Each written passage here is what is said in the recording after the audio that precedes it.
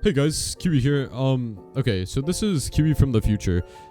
When I made this video, or like the idea for it, and recorded all the audio and all the visuals, this must have been in like May of like 2020. So this is a good over 2 years old, but it is a recurring theme like in my Twitch chat and my Discord and everything that like I never got along to make this D.Va guide. And with Overwatch 2 coming out, I kind of wanted to, you know, jump the gun on it and like just finish it. Almost like my last hurrah to like Overwatch 1 D.Va. And like, although some of the things may be a little bit outdated in this video, I do still think it's really crucial information and just general good tips for D.Va. So, and not much has changed with her in Overwatch 2 as well. And most of the things that I'm going to be talking about in this video aren't really too outdated in a sense that you're not going to get any value out of watching it. So I would definitely recommend to watch it, either if you've been waiting for it for this long and you just want to watch it for the meme and just like say that you've been here since the beginning, or if you want, you can just watch it to hopefully learn some things, because there is still things that I feel like you could learn out of it. But anyways, without further ado, let's just jump straight into the video.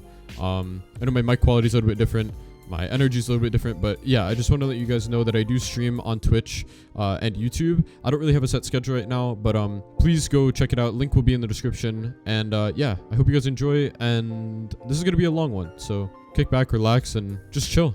All right, enjoy the video, guys.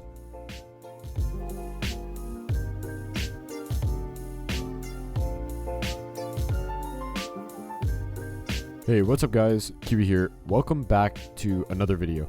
Today is going to be a little bit of a different video. This is probably going to be one of my favorite videos I've ever made on my channel. It is going to be an all-around guide for D.Va.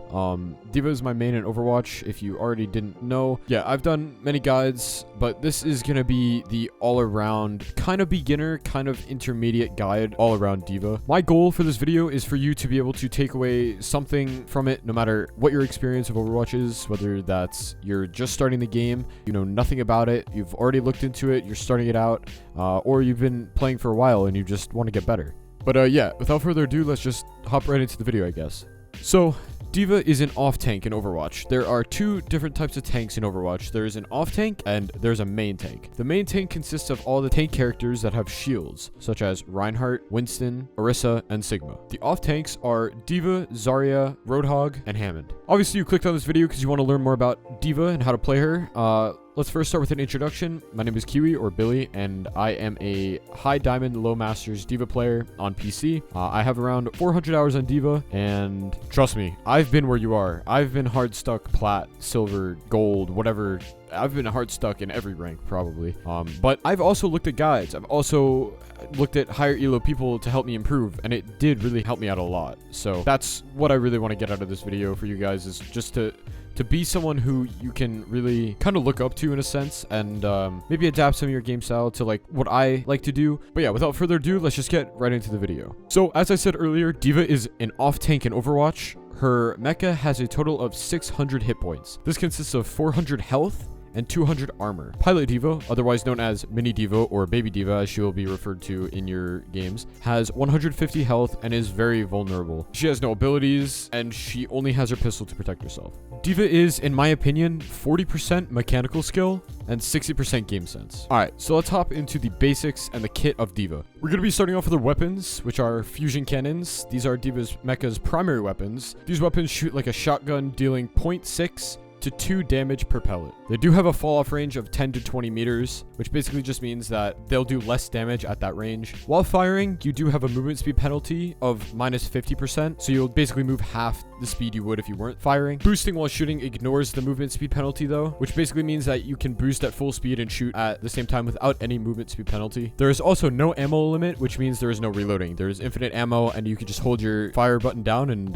yeah, you won't have to reload ever. D.Va's secondary weapon, the Bunny Blaster, is what she uses in her pilot form. This shoots like a low fire rate pistol, dealing 14 damage per bullet. There are 20 bullets per mag, and it takes her 1.45 seconds to reload the gun. Next up, we got her Defense Matrix. This is her first ability. This ability is used to consume any projectile in the game. It has a 10-meter range, 2-second duration, which basically means that you can hold it down for 2 seconds at maximum. You can use it every 1.5 seconds, which basically means that there is a 1.5 second cooldown. D.Va can activate micro missiles when the defense matrix is up, but she cannot shoot her fusion cannons. The defense matrix recharges at a rate of 16% per second after a 0.75 second delay. It takes 7 seconds to fully restore the defense matrix. There's just a bunch of numbers here. Just don't really worry about it. You'll get used to it as you play her more. Her second ability is the boosters. These deal melee damage, which does 10 damage. D.Va moves 18% faster when she's using her boosters than she would just walking without shooting. The total amount of meters she can travel with her boosters is 23.98. That's a very specific number, but you'll get used to it when you use it more, obviously. It is a 2-second duration, which means that you will be boosting for 2 seconds, and it also has a 4-second cooldown. Her third ability is the micro missiles. These fire 18 missiles in a little less than 2 seconds. Each missile does 7 damage on a direct hit, which makes it possible for you to do 126 maximum damage if you hit direct hits on all the rockets. They deal 1 to 4 damage per missile with splash damage, which means that if the missiles are near somebody, they'll do 1 to 4 damage depending on how close they are to the target. This also applies to yourself. So if you're firing your missiles and you're really close to a wall or really close to your target, they'll also do damage to you, but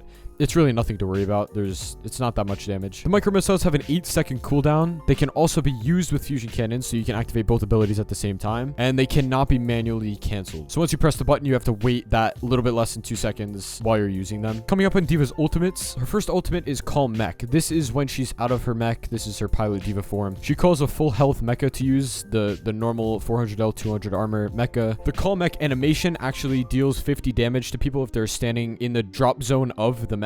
The ultimate takes 2 seconds to cast fully, which means that you will be able to be stunned out of it within the first 2 seconds that you press the ability. Along with the 50 damage, this will also knock back enemies a decent amount, so you could actually get some kills off the map if you manage to call in your mech right next to a ledge and somebody is standing near it. Moving on to the final ability, this is D.Va's main ultimate. This is her self-destruct, the obvious, infamous nerf this self-destruct. This deals 100 to 1,000 damage based on how close you are. It's basically guaranteed to kill if you're in like close proximity of it. It takes 3 seconds to explode once you launch it, and it retains the momentum from the boosters. So this means that you can press your boosters and then press your ult, and it'll travel that same amount of space that you would travel with the boosters if you didn't press your ult button. So that's it for basics and kit. Next up, we're going to be moving on to the matchups, the different heroes that are good and bad against D.Va.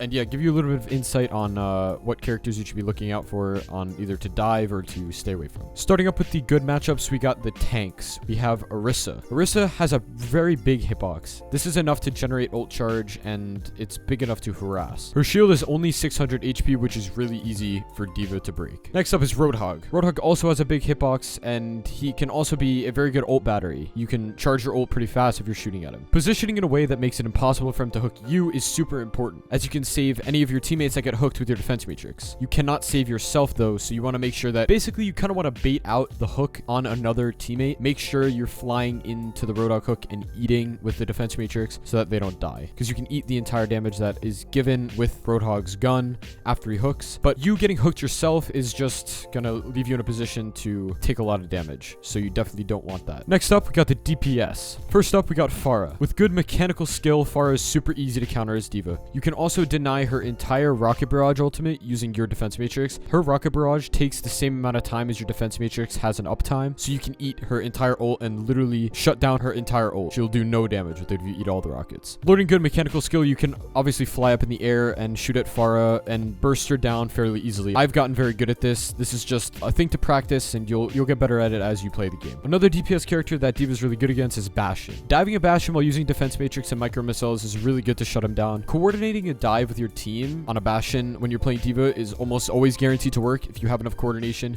You tell them, I'm going in, I'm going to fly with my defense matrix on this Bastion. Use your micro missiles, which you can use while you're using your defense matrix. You can do some damage as well, while also negating all the damage he's doing with his insane amount of damage output. Flying towards a Bastion with your team is a very good way of shutting him down. Moving on to the supports, we got Zenyatta. Zenyatta's player model and low mobility and survivability make him a great dive target. Make sure to defense matrix though when diving him to mitigate the damage. Although he is a support character, he can still do a shit ton of damage to your giant head hitbox, so just be careful. Most often, boosting, he's just a good, like, he's like a sitting duck. You can just go after him, dive him, and he's just a free kill almost every time. Another support character that D.Va is really good against negating is Mercy. Catching Mercy after she uses her fly is a really good scenario you can put yourself in. You can burst her down fairly easily as she'll have no mobility unless she ults, but if you catch her at a time that she doesn't have ult and she just used her fly, then it should be very easy to burst her down and kill her. You can also boop her out of a res using your boosters. So if you see a Mercy resing, you can boost into her and it'll negate the entire aspect of the res. It'll cancel her cooldown.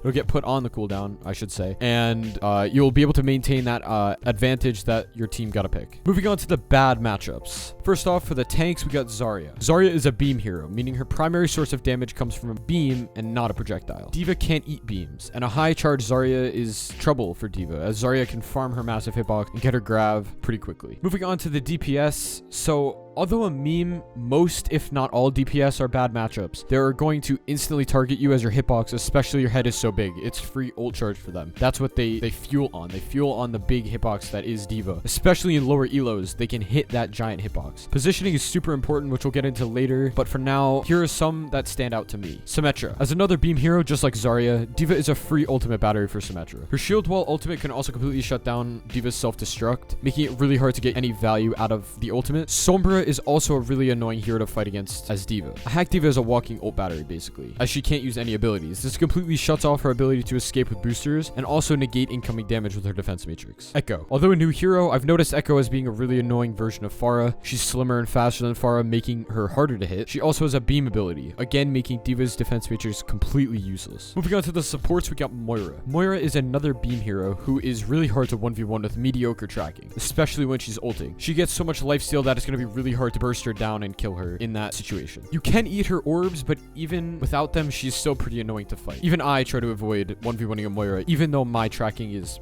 fairly decent, I'd say. Lucio. You can't negate any of Lucio's healing, and you also can't really dive him as he's able to boop you while you're boosting towards him. He is also really slippery unless your tracking is really good. I'd call it an escape every time. He doesn't really counter you. He doesn't really do a lot of damage to you, but you can't really dive him, so it's not really a good target to go for if you are diving a support. Next up, we're going to be talking about positioning. If you have another main tank when you're playing D.Va, this is Ryan, Winston, Sigma, Orisa. Always position behind them. Watch them. Be their shadow. Loosely though. Play in the middle of your team so you can save the front line and the back lines. Make sure to try and negate all the damage that you can going into your main tank with your defense matrix. This is also really helpful when you're behind them and you see what damage is coming towards them. If you have another off tank, Wrecking Ball, Zarya, Roadhog, play with them. Dive with them and be their shadow. This time more closely since off tanks don't have shields to protect themselves. And you rely heavily on saving them with your defense matrix as you do with the main tanks, except the off tanks are a little bit harder to protect since they don't have that giant shield that they can stand behind. As D.Va, you really just want to play with your tanks. You want to play with your other tank. You don't really want to play with your DPS unless you have a dive DPS, which we'll get into later. Next up, we're going to be talking about playstyles. There are two different types of playstyles when you're playing D.Va. There's the aggressive playstyle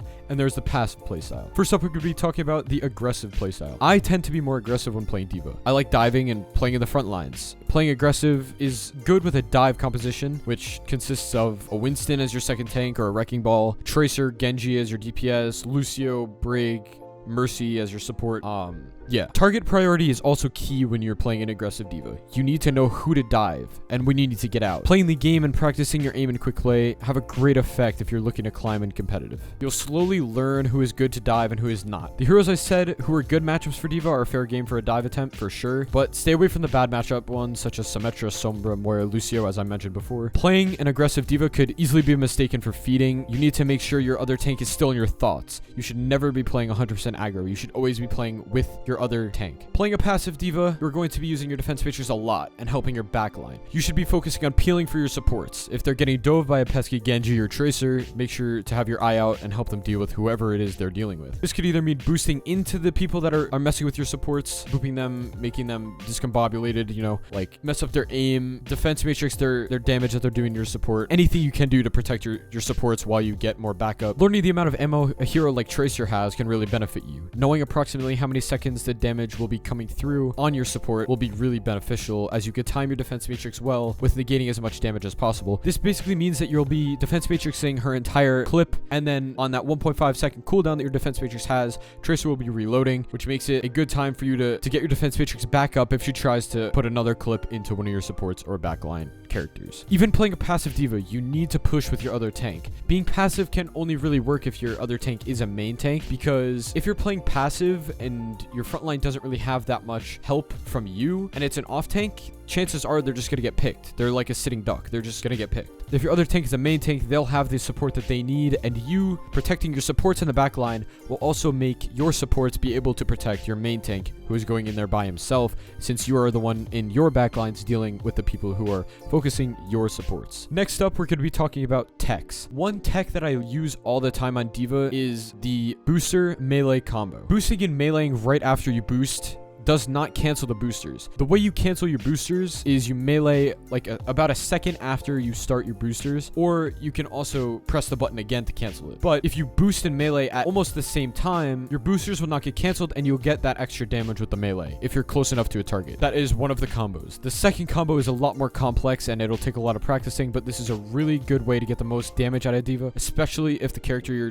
diving is really close to you. The order is boosters, melee, micro missiles, melee. This is really hard to pull off, especially if you lose your target when you boost into them. I did this when I first started playing on PC, or even on console as well. It's really hard to track the person who you're diving into with your boosters. It's really hard to 180 if you go through them. It's really hard to know if you're going to boot them backwards or if you're going to go through them. Practice this on bots in the practice range first. Make sure you get down how to control your flight, control your aim, and don't lose yourself. I should have this combo on screen so you will have a visual to go off of if you're trying to practice this however way you want. Next up, we're going to be talking about settings. The first set of settings that I'm going to be talking about is console. I used to be a grandmaster on console. I used to play all the time. I'm actually a 3-star silver border on console, which is honestly really sad if you think about it, because now I'm a silver border on PC as well. So yeah.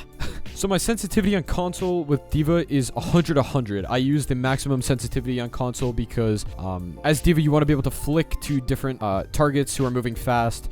I also used 95 aim smoothing, which I don't really know why I did. I just kind of had this setting since the beginning and it kind of worked for me. But honestly, just do whatever you feel comfortable with. Just go in the practice range and just pick settings that you think will suit you. Honestly, I really think that a high sensitivity will benefit you, especially playing D.Va. But if you really can't control yourself, then just go for a lower sensitivity. Do whatever you feel is comfortable. I also used a dual zone aim technique. I don't know if that's default, but I did see that when I was dusting off my PlayStation and turning it on. Consoles are really limited in things to practice. To be honest, all I did was play the game and I got better eventually. I know it's hard to hear, but the game really does get better the more you play it and the more familiar the aiming and the game itself becomes. There aren't really a lot of aim trainers out there for console players. Honestly, the best you can do is just play the game. Next up, we got PC settings. This is what I'm running right now. Currently, I have a sensitivity of 3.0 in game, and my mouse is set on 1400 DPI. If you're looking to train your aim, a really good app or game, I would call it, I guess, is Aim Hero. The pros for Aim Hero is that it helps with overall aim, somewhere to get used to the feeling of a mouse if you're new to PC or if you're new to first-person shooters in general. It's also really customizable. There are lots of modes to practice. You can do basically whatever you feel like you need to improve on. It has something for everybody. The cons, however, is it does cost money. It costs $5. That doesn't seem like a lot, but for some people it is. Honestly, if you do not feel like spending money, definitely pick one of the other two on this list because they're both free. Next up, we got Osu. Osu is a game that is very good at helping with hand-eye coordination. It also improves reaction time. Basically, you click on circles to the beat of songs. As I said, yeah, it helps with hand-eye coordination and it improves reaction time. The cons of Osu, however, are it doesn't really have the same feeling of aiming a gun per se, and it also doesn't really make you comfortable in an FPS scenario. It's not an FPS. It is basically a point-click rhythm game. This is free, and you can download whatever songs you want. I won't go into that because you could just look up videos on how to do that, and this is a D.Va guide, not an Osu guide. So, Overwatch. I said this was free, but, I mean, like, you're looking at a D.Va guide, so you must already have the game, so technically it's free, right? Pros for Overwatch is that it feels more natural. Obviously, this is the game that you want to improve in. This will be a very good way to get your game sense up. It feels more natural. Obviously, you're playing the game. Like, you know that you're going to develop game sense. You know that you're going to develop that aim that really feels natural to the game, since you are practicing in the game itself. The cons, though, it's frustrating.